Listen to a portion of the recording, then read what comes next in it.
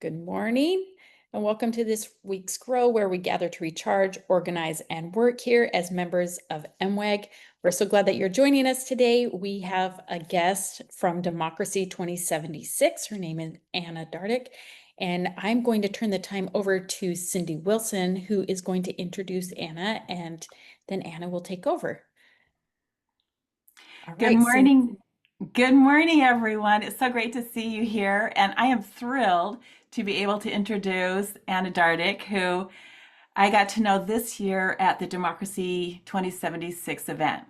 I've attended this event for the past 3 years.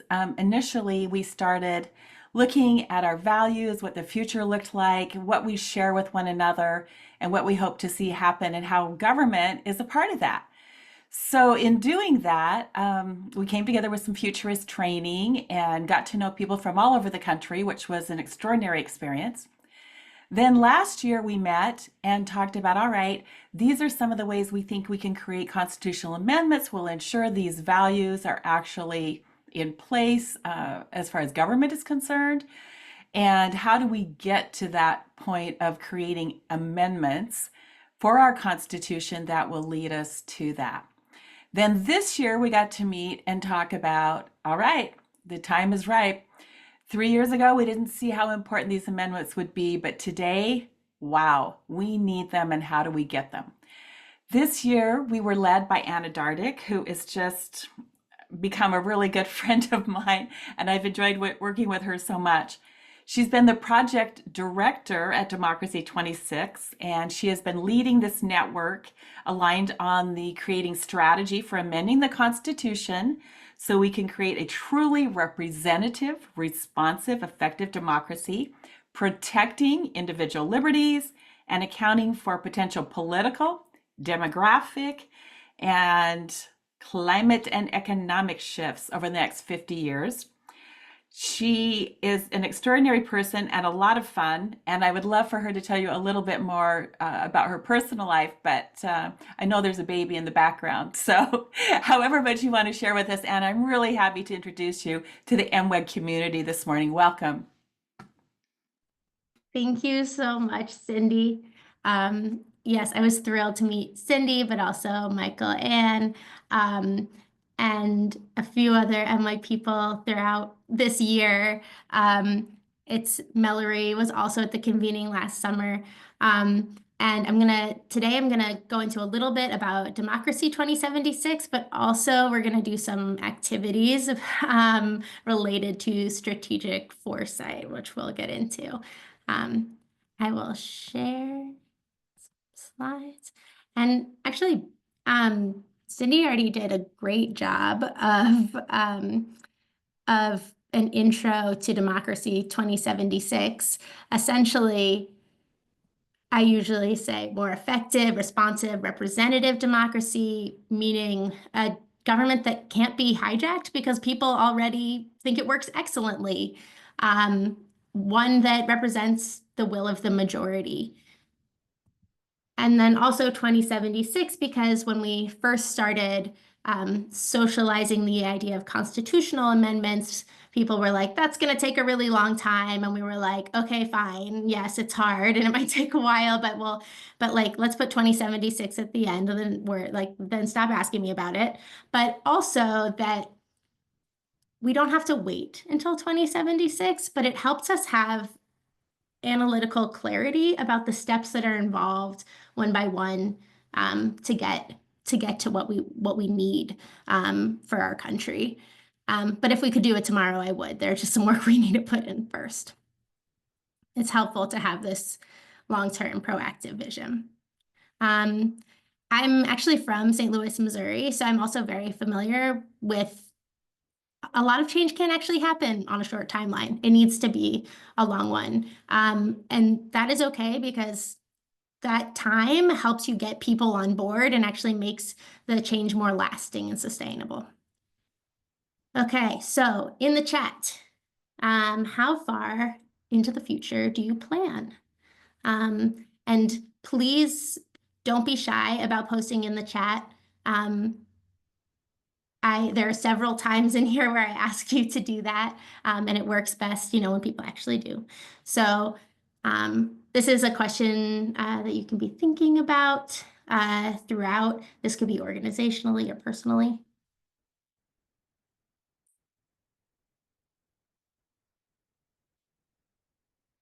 Well, let's consider it thinking. I'm hoping the chat is open.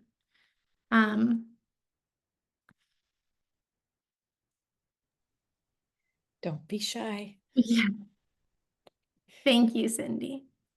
So keep thinking through that.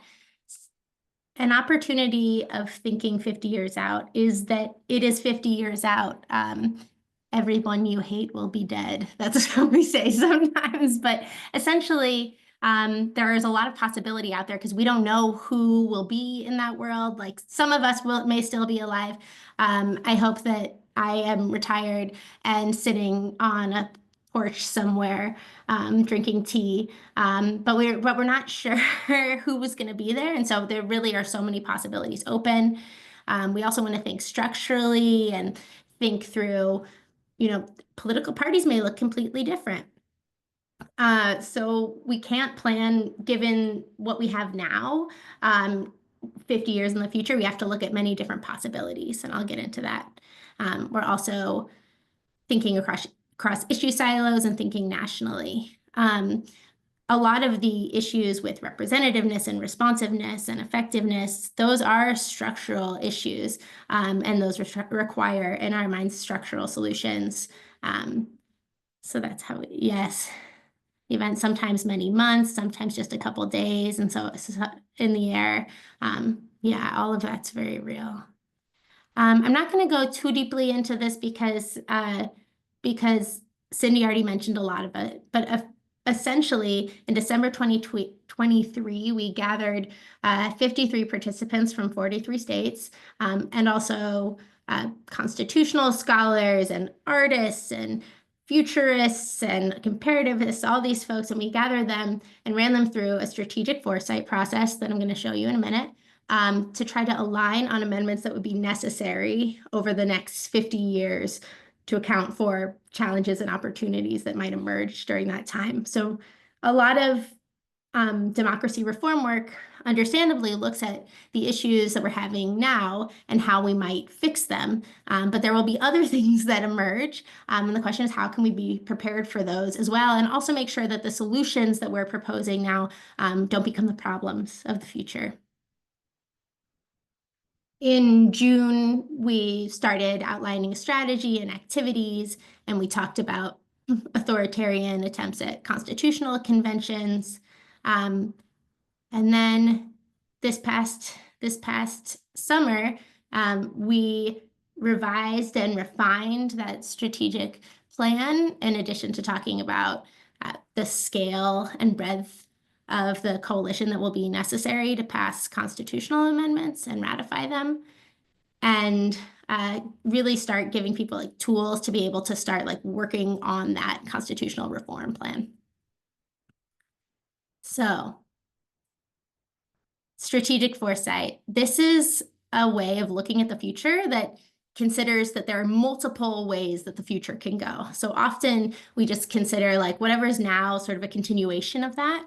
But there are many different possibilities that are in the future, and it's a way of grappling and untangling uncertainty to identify solutions to wicked problems.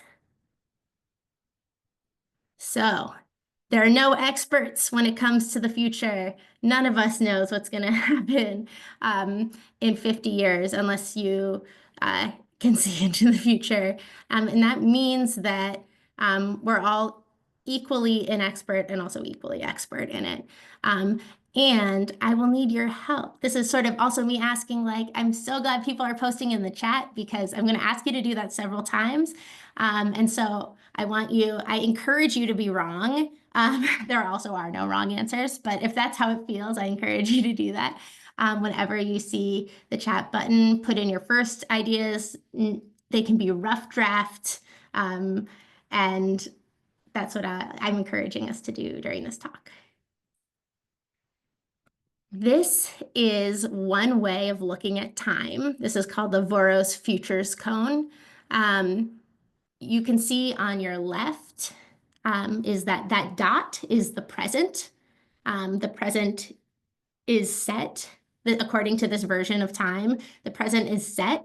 And then as you get further and further out, there are more possibilities for how the world could look. So the possibilities for what tomorrow looks like are much more limited than 100 years from now. That's what this like growing funnel looks like. And then you have on the right there are the biggest circle here are the possible futures. So those are the few things that might happen. And then a little bit smaller are the things that could happen. And then within those are the futures that are likely to happen and those that we want to happen. And ideally, there's some overlap between the probable and the preferable. And what this doesn't even show beyond that is what people call preposterous futures, which is like they probably won't happen. But it can be that can also be something useful to think through. This is just one way of looking at time. And I think we know from our lives that there are many different ways of considering time. This is just another version of it I like to share because it aligns with what I said about there being no experts, that like there are just different models and different versions of this, but we have some even within our own families and within our own communities. I myself am Jewish, and I think a lot about how Jewish time is more circular, right? You come around to Shabbat every week. You read the Old Testament, you read it like you finish the reading every year. And there's this like real circular component to it, which is different than the Voros cone, which you can see in the upper right here, is one version of heading into the future. But this is, as they say in the article here, the entangled time tree, as they call it, acknowledges the interweaving of multiple ways of knowing and multiple ways of knowing the future, multiple presents, threads of multiple pasts. Rather than flowing from left to right, time is conceived as a baobab tree with deep roots in the past, referencing ancestors, acknowledging multiple lost and erased knowledges and distorted truths from the past that inform multiple presents from which branches of the future arise. So I just think this is a really interesting way of considering all the different possibilities there could be. But I'll bring us back. Oops. Clearly I put a skip slide. So this is just a place I like to think about how we each experience time in our lives. This is called the Four Futures Framework, developed by Professor Jim Dater at University of Hawaii. He looked at thousands of stories about the future and divided them into four narrative groups or archetypes. One is continued growth. The systems and ways of being that we live inside continue to develop along their current trajectory. So anything that's continuing to go, that goes up continues to go up. Anything that goes down continues to go down. This is also called the dominant view of the future. This is what people usually think about when they plan. Silver linings is also called collapse scenario, but when I say collapse, there were a bunch of people who are like, cannibalism. And I was like, no, that's not what I'm saying here. We're saying like collapse of economic systems or collapse of value systems or governmental systems. And I think we're seeing a bit of that now. And I want to be clear, like in these archetypes, there are no like heaven or hell scenarios. They're all have opportunities and challenges. The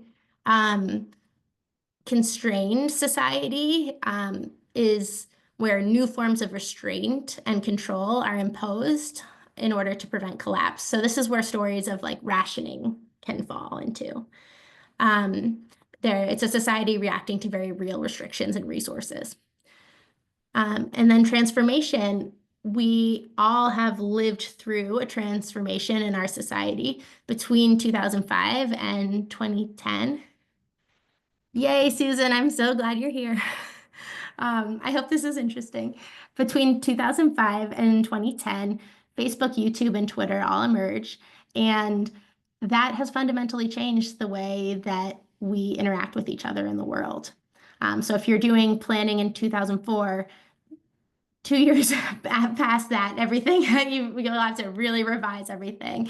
I've actually just helped a group develop this workshop for their youth cohort, and I was like, I can't even use Facebook, Twitter, and YouTube as my example anymore there. So we had to come up with another transformational example.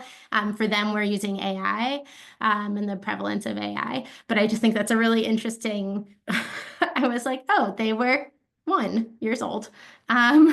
So transformation also happens, and there are lots of stories that live within that archetype. So this is sort of all the various scenarios. What we're gonna do here is we're gonna take a deeper dive into the constrained society, and we're gonna like practice what this can kind of look like to do the world building piece. So usually in a workshop, we'll read through each of these descriptions, and then each group will build out one scenario that lives within that archetype. It's both a way of stretching the imagination and making sure, like, if you're looking at all the different versions of the future and seeing what's common amongst them, then there are some sites where you could actually do some interesting work that would be useful no matter what the future ends up looking like. So this says, in response to global challenges, societies adopt strong governance models with the help of technology to ensure resource sustainability and pricing that reflects true costs and limits externalities. Some are democratic, others are not. The emphasis shifts from personal freedom to personal responsibility, where the ability to be constrained in consumption of resources is seen as a personal achievement and provides social capital because it ensures security and adheres to tradition. So that's sort of like a description of the archetype in general, but then we usually build it out a little bit. And I know that y'all did a recent very cool quilting project. So I'm using quilting as an example here. Sometimes what I'll do is I'll ask people their hobbies and I'll say, what do you think this looks like in a constrained society? So something I'd love for people to put in the chat as you're thinking about this is, what might quilting look like in this world? And I will say I'm a person who likes to fill silence, but I'm going to try to like give you a little bit to think about it. Put it in the chat.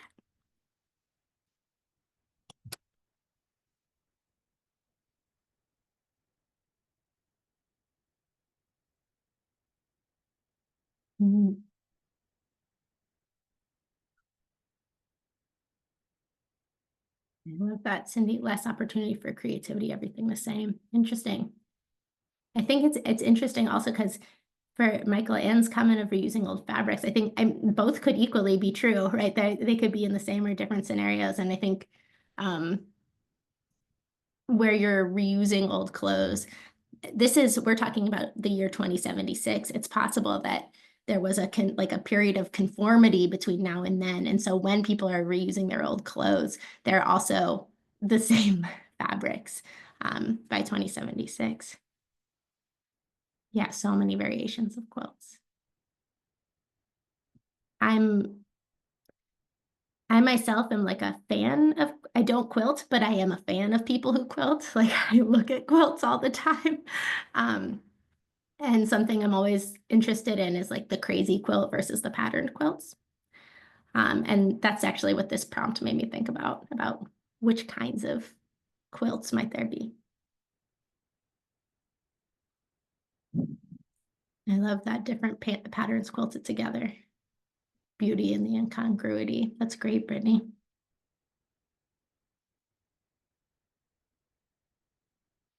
Yeah, so this is one way of thinking through it. So it's like, what do the quilts look like? But also, what does quilting look like? Do people do it independently? Do people come together in groups? Because like people will still need blankets and clothing, will it be like every neighborhood has a quilting bee? Will it be like, will it will there be like patterns shared across the world still, because like technology will still be present, or will that sort of be limited by the availability of things like heavy metals and silicon and application process? How their quilt / use of resources will benefit society. Interesting. Yeah. Cool. These are great answers, by the way. So, so I'm going to move to another way. Another way of thinking through a future, which is called like a verge domains. Those are 6 domains, things like create, connect, consume, destroy. Like there are different ways of thinking about how the world works in the future. And I've picked out a couple for you to see, to practice with imagining this future world. So the first one is consume. Like, how does the economy function in a constrained society? How do we consume goods and services? How do we acquire and use them? And we've already touched on this, right, with the quilting, which is like part of the consumption is like we're repurposing things that we've had before. And probably that becomes like high status because it's that's like there's a moral value towards reuse in the society. Oh, I love the hand-stitched quilts. Yeah, human-created arts.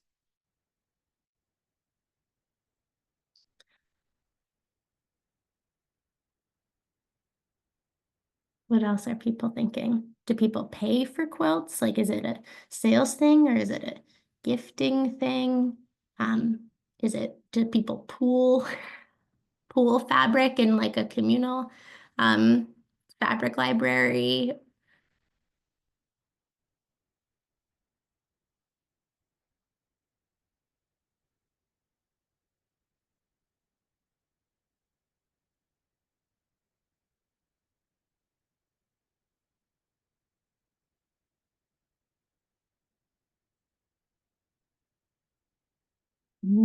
What the arts will look like in 50 years.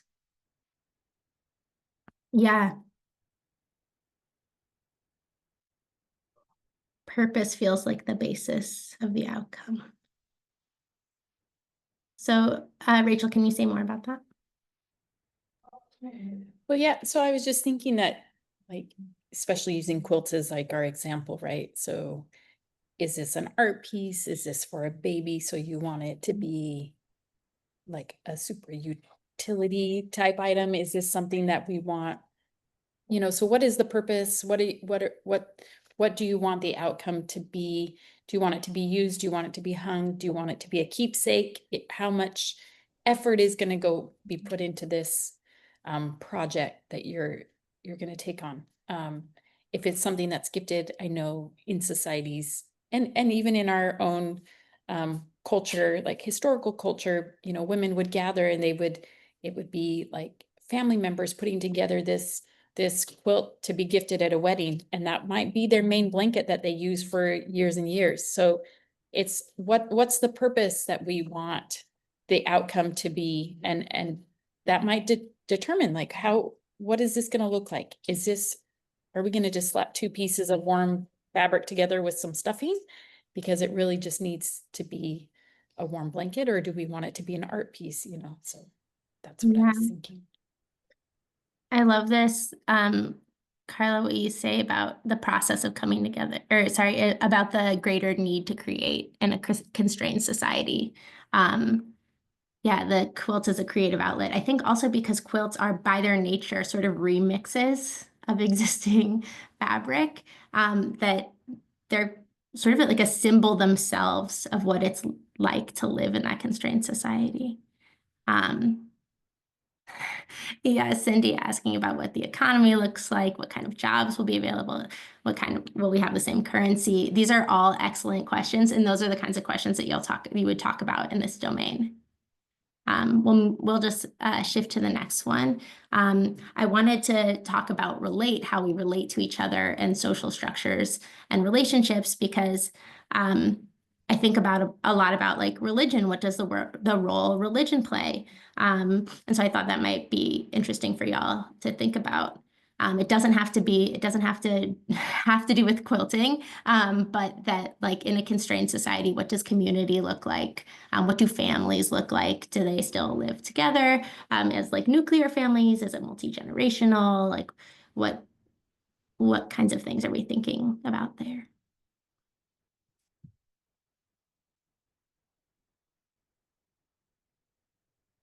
That's interesting, Brittany, about constraint as imposed rather than self-imposed could lead to less opportunity for creativity.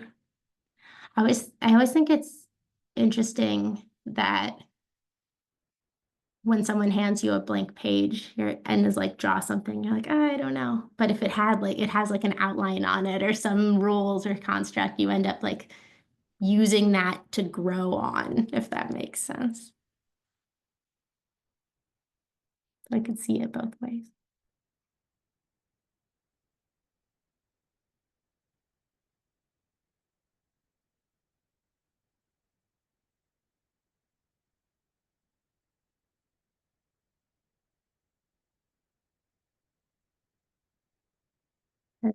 I'm gonna move us forward if people don't have any thoughts here or are sitting or just processing themselves. It's okay.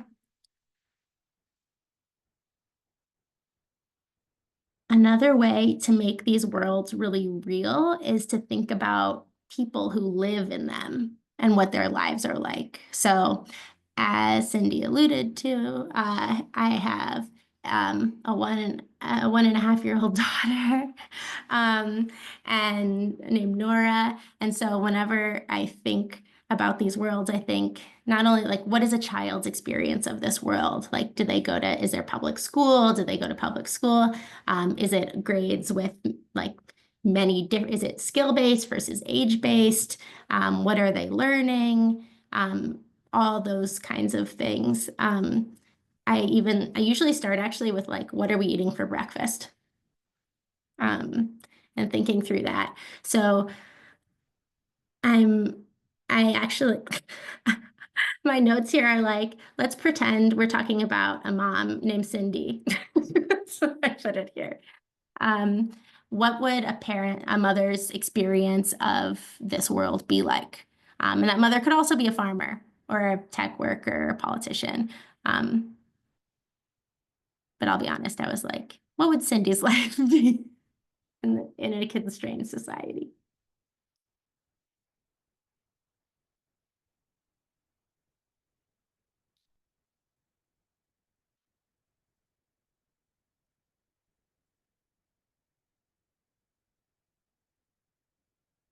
Yeah, I don't think so.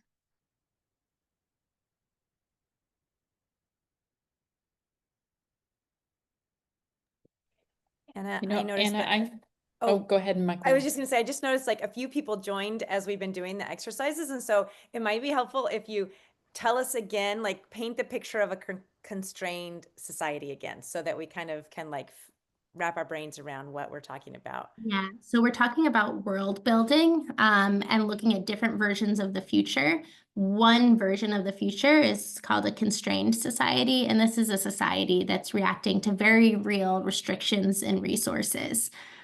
So this could be through rationing. This could be through a stronger sort of centralized government that's imposing limits on people. It could be through like high level environmental regulations that are very strict.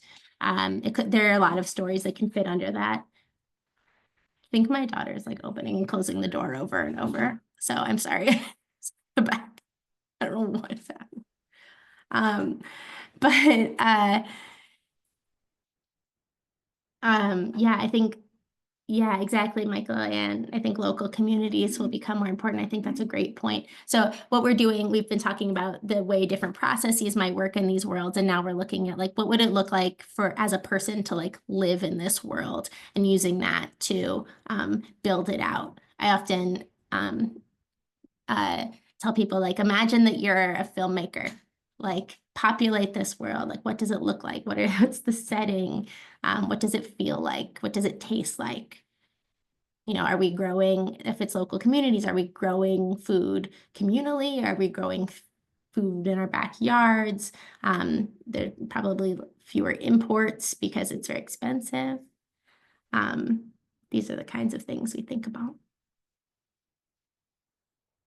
And for those also who are new, are we eating less? Oh my God. Possibly, very possibly. Although it's also getting probably warmer overall, so maybe in general, avocados have more climate where they thrive. I'll move on from here, but I think it's a good point that like these exercises take imagination and creativity, which we all have within us. But often the ways that we succeed in like modern contemporary life are more logic based and following the rules and those kinds of things. So that the creative pieces have been somewhat suppressed. So it's really an opportunity to get to like practice those muscles over and over again. And these are even games that you can like play with your kids and stretch what is possible. We do an activity sometimes in this work that's about preposterous futures, and the prompt that I like the most is like in the year 2050, it's humans become more sensitive to the Earth's pain. The idea that like humans can literally feel the pain of the Earth, and what does that mean for the society that comes out of it? When I first did this kind of activity, I was like, this is ridiculous. Why are we even doing, you know, I work in this field and I was like, oh my God, this isn't relevant at all, blah, blah, blah. And then I realized like, as I went through it, I was like, the whole point is putting us out of our comfort zone, because like, that's what it kind of takes to do this work. And it's good to think preposterously and then, you know, shave it down, rather than like, it's much harder to like take what you know and zoom out. All right, I'm gonna move. So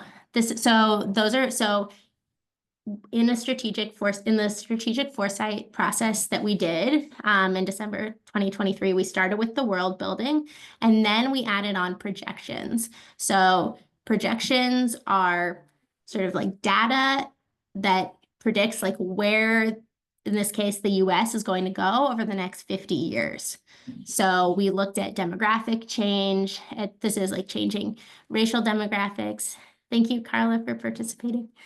Changing racial demographics, but also age, and thinking about like, it will be a much older society. What does that mean for the needs what the things that we'll need from our government or from our communities?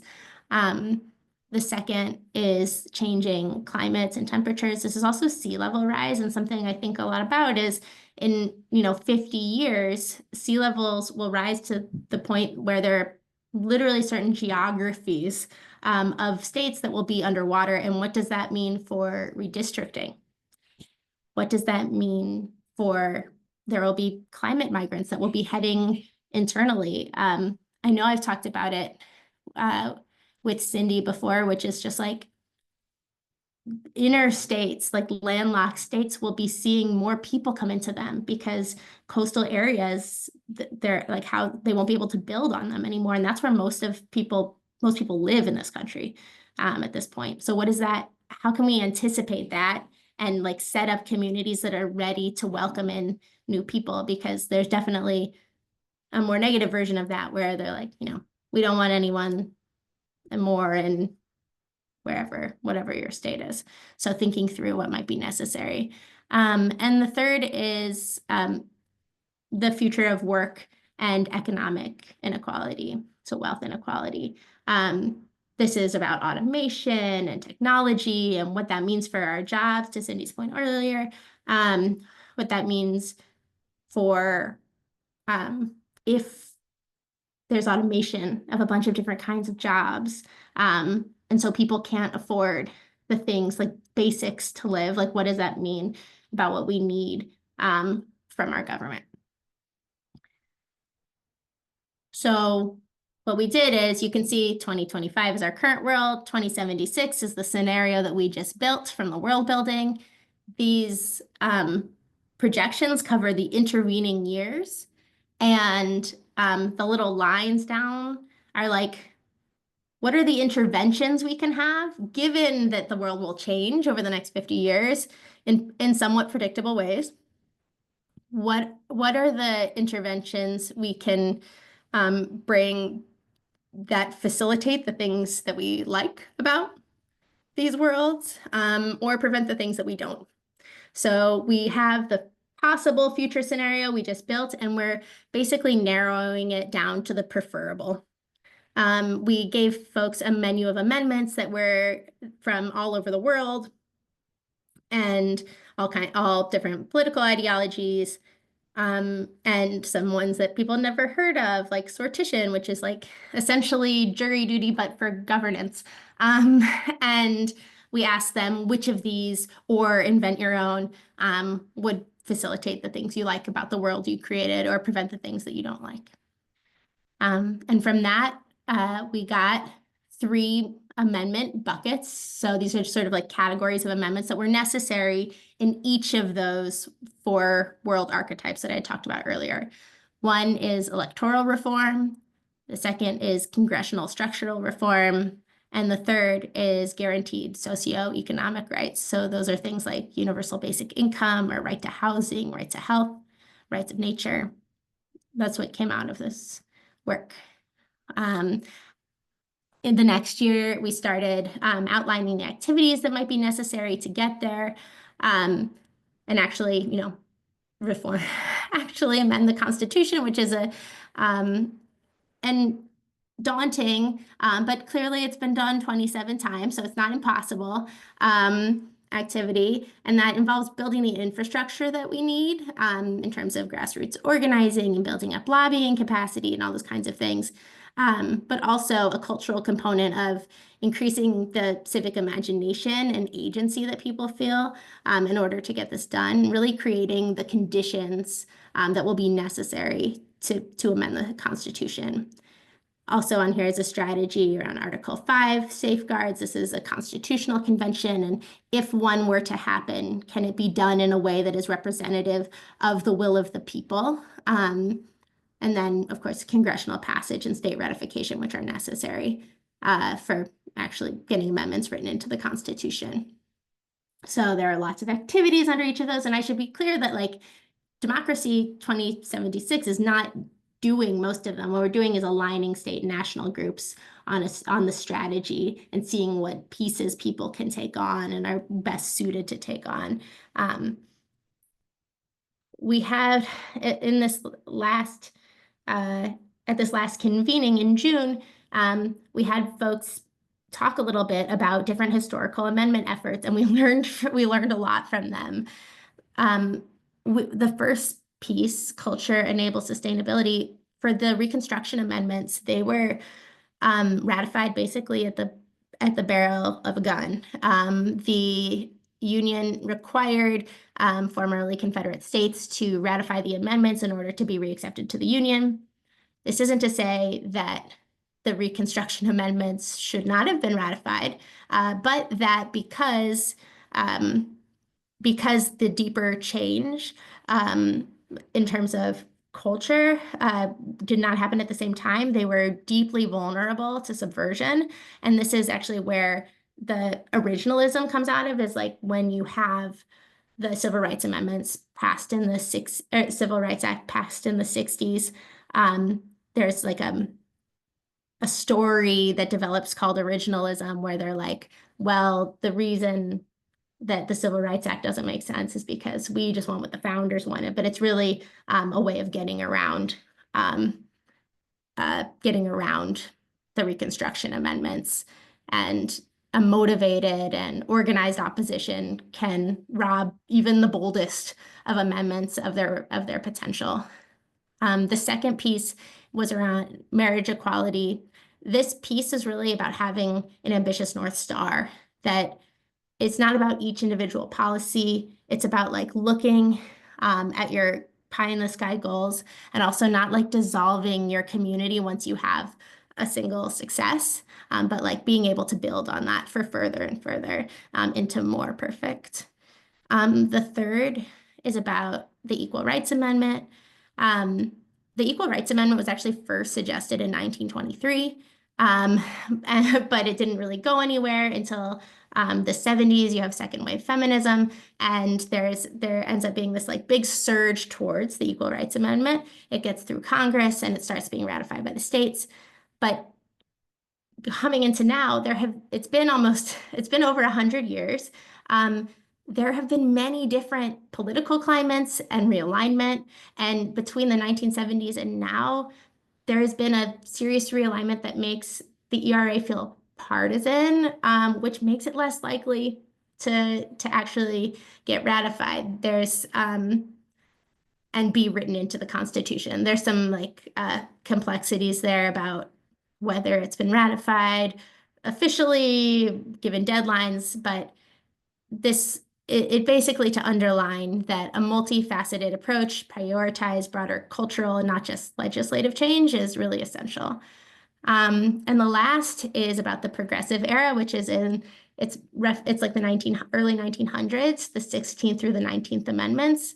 And the 16th Amendment, for example, that's income tax.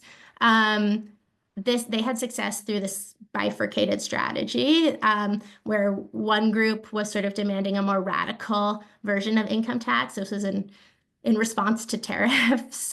So people felt like they were paying too much. The weight of tariffs were being placed on them instead of on wealthier people. And they were like, we should have a constitutional convention to put in income tax and all these other reforms. But the moderate, that like opened up the opportunity for a more moderate approach where they just passed the income tax amendment to go forward.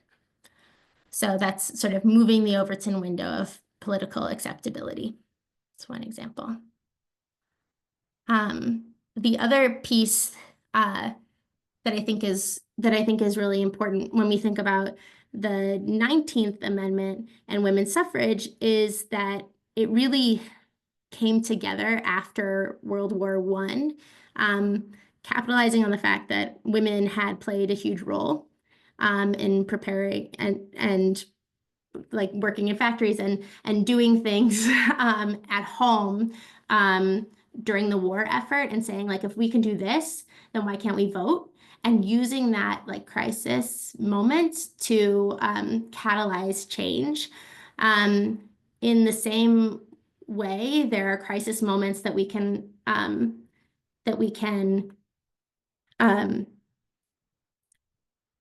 predict and consider now and think about what we might need to prepare to be ready for that moment. Greg Coleridge here said, maybe we don't need all 50 years if we prepare to leverage the crises that we know will be coming. This isn't to say that we want crises. It's to say that like there are things that will happen. Can we be prepared?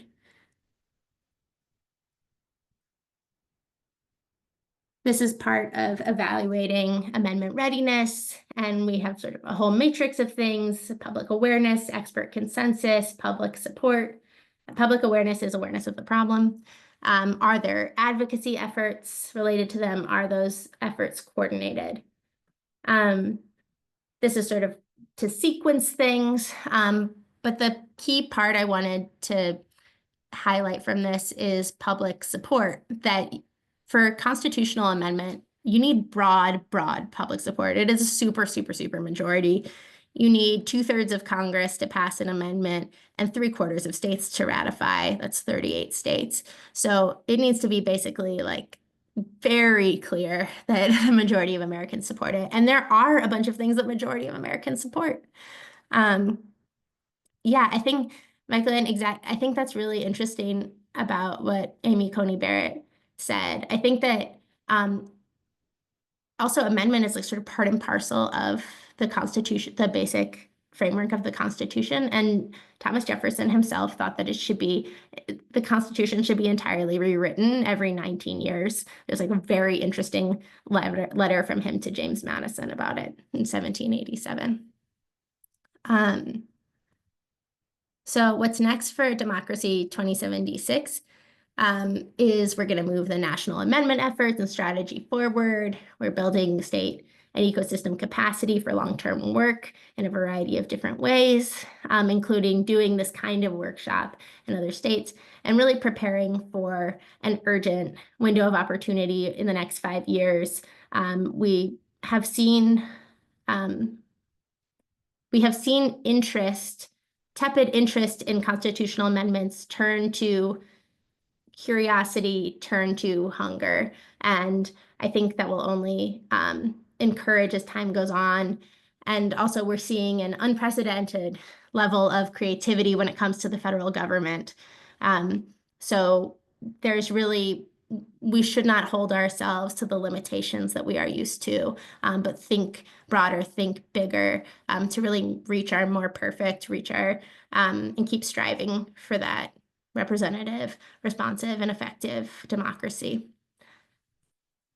What I'd like to leave you with is that much like the best kind of dresses, the future also has pockets. What this means is like I was like very excited when I made this slide, by the way. What we call pockets of the future is like that future vision that we have. Where do we see it already among us in the present? And so what I would like people to put in the chat is where they're seeing pockets of a representative or pockets of a future that they would like.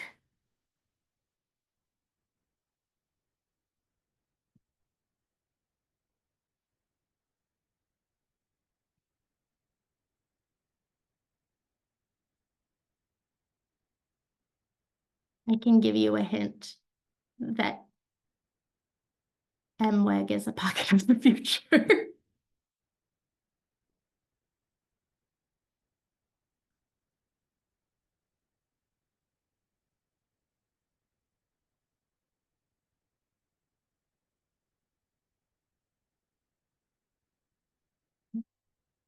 I just encourage people to think about it.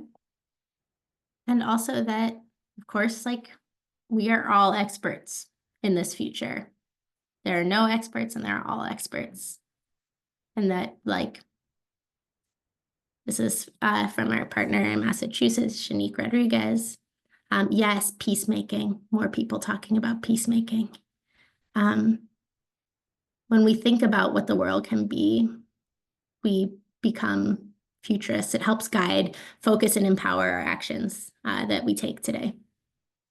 Of course, we used strategic foresight to identify constitutional amendments, but it can be used in a bunch of different scenarios. It can be used to identify which programs you'd like to start or work on. Yeah, high schoolers speaking out against book bans. That's great, Michael.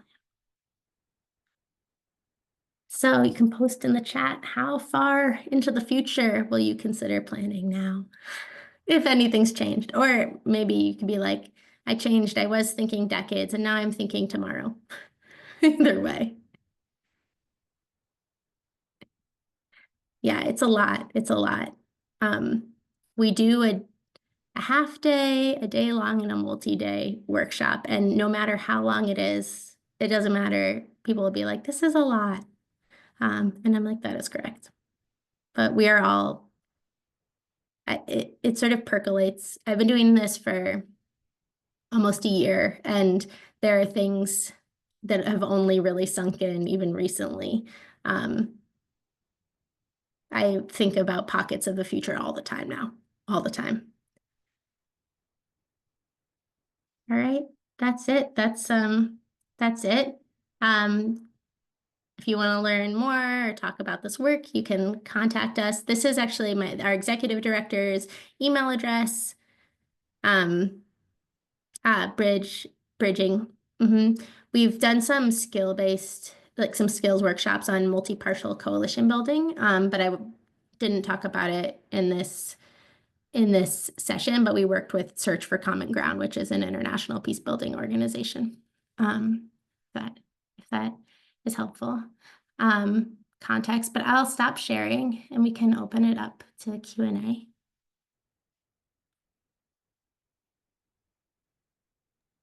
If you have any questions for Anna, you're welcome to unmute, come off, turn on your cameras.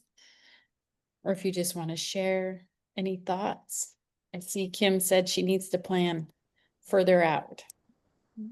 So I had a quick thought question. I loved that you talked about asking, like, at the dinner table, your question about, like, what if in this future world we could, I think you used the example of like feel the pain of the world. That was kind of like a more extreme one, but I would love a list of those kind of questions to just like, I think, I don't know if it was Susan, somebody in the chat said, this is such a new way of thinking for me. And I think it would be really interesting to just have those sort of just kind of for fun conversations to like mix in with my dinner time conversations with my young adults, or just girl, you know, when you're just kind of like, I love to talk about big ideas, but I don't even really have the imagination to ask these questions. So I'm curious if you have or can like point us to a place where there is I don't know, like practice like being futurists in like just a teeniest little way, like at the dinner table or like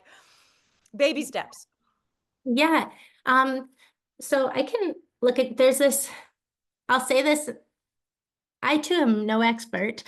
There's this part of the field called participatory futures that's also called like bus stop futures, which is this idea that like having everyone should have access to like creating the future, and not everyone can spend 4 hours on something. So what does it look like to have like these little pieces? But it's something I want to it's something I'm not an expert in, and I want to explore more with this work. I will say we have a facilitation guide that I can send out that has like the Verge domain questions are in there. There's actually a really interesting, this is like, I can forward it to you. I'm working with Policy Link on, I was saying I'm building their workshop for young adults, and they're going to Monticello. Monticello has this like Feast of Reason kind of activity, which has cards that each have like a menu of different kinds of questions on them that are kind of similar to like, what constitution or would you like to build today, and that kind of thing. And I added some like beverage pairings from our own icebreakers. I was like, I got way too into it, but I could also send those. And I could send these to Rachel to send out to the group. But that's what I would say first. But I think it'd be really interesting if anyone's like interested in that. I think that's a really interesting thing that could be developed also.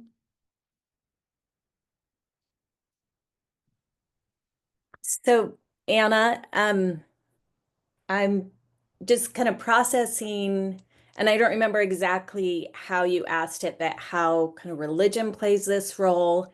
And so I was really interested that you brought up both the Marriage Equality Act and the ERA Act, which, um, you know, um, I mean, Mormon women played a role in the ERA Act not being passed.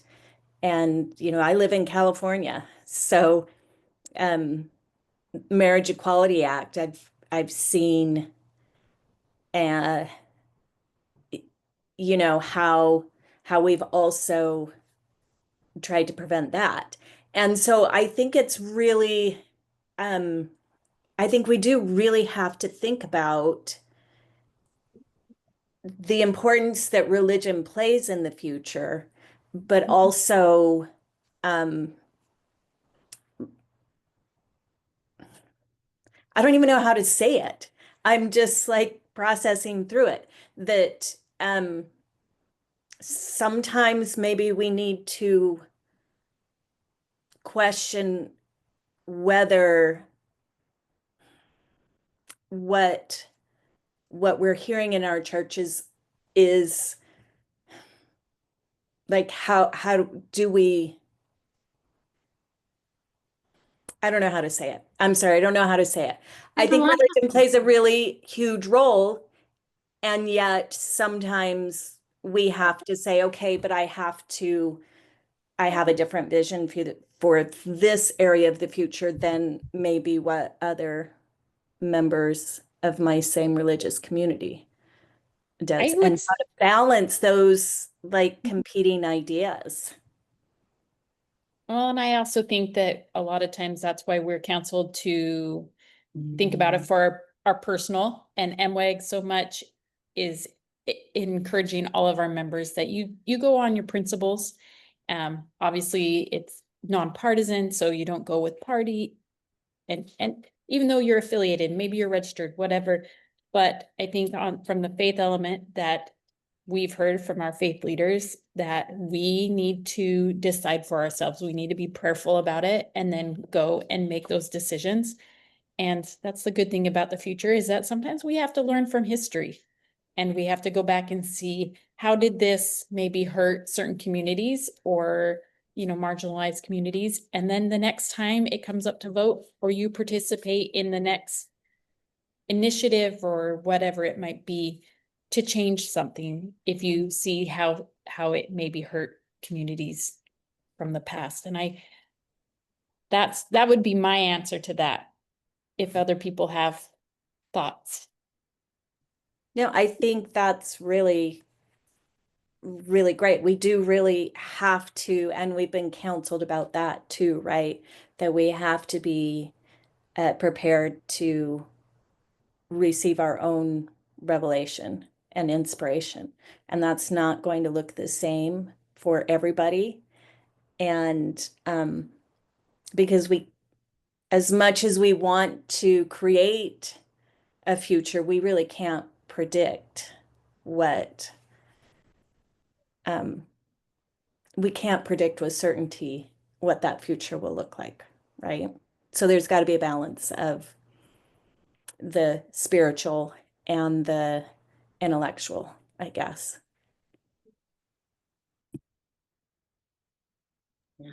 I think it's like this discussion is a really great example of like the complexity of our lives, and that the world becomes more and more complex every day, and that like we can untangle them to some extent, but it's all still part of the same string. And that's what I feel like in my own community, the question is like, where do you break apart? Where do you stay? And I've always been proud that like we can schism together, basically. And like, what does it look like to have serious disagreements, but still be in community with each other? And I think that's where like some of the most powerful work happens, even when it might like feel better to part.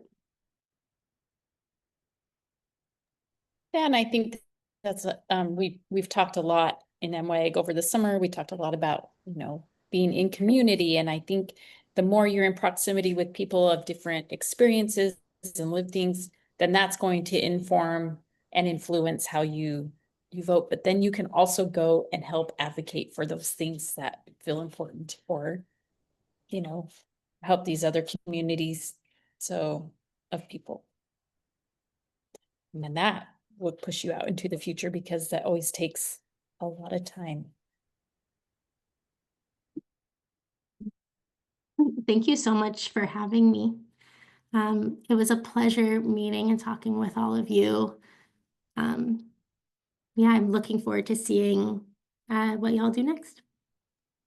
Yes, thanks, Anna. Thank you for everybody that participated and shared your comments in the chat. Hopefully this has given you something to think about. It feels really deep, and 50 years in the future sounds really daunting.